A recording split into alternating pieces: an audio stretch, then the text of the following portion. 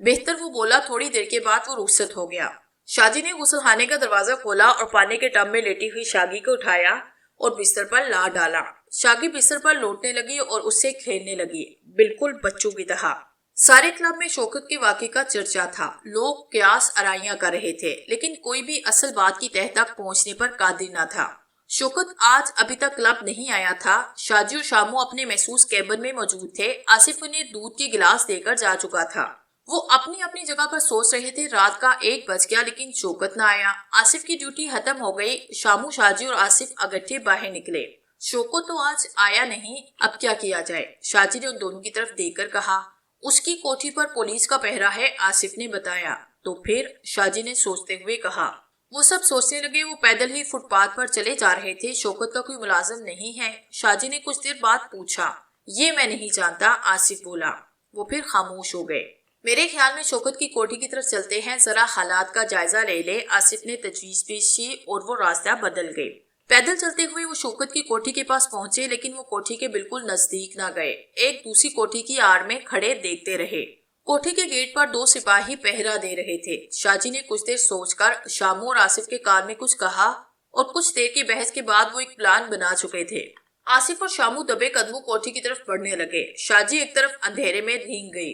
وہ دونوں سر جھکائے کوٹھی کے گیٹ کے نزدیک پہنچے۔ دونوں سپاہی انہیں غور سے دیکھنے لگے۔ آصف آہستہ سے کھنکارا اور دوسرے ہی لمحے دونوں سپاہیوں کی گردنیں ان کے بازو کے شکنجے میں دبی ہوئی تھی۔ کچھ دیر کے بعد وہ ساکت ہو گئے۔ جان سے تو نہیں مار دیا؟ شامو نے جھک کر ان کا معائنہ کیا، پھر اطمینان کی سانس لے کر کھڑا ہو گیا۔ وہ صرف بے ہوش تھے۔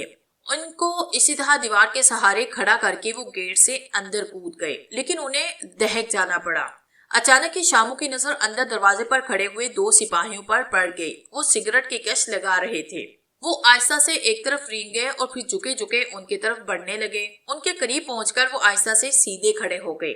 پھر اچانک ہی وہ ان پر جھپٹ پڑے۔ سپاہی ان کی مضبوط گرفت میں مچلنے لگے، لیکن انہوں نے ان کو کم از کم 3 گھنٹوں کے لیے آرام سے سلا دیا اور ہاتھ جھاڑتے ہوئے سیدھے کھڑے ہو گئے۔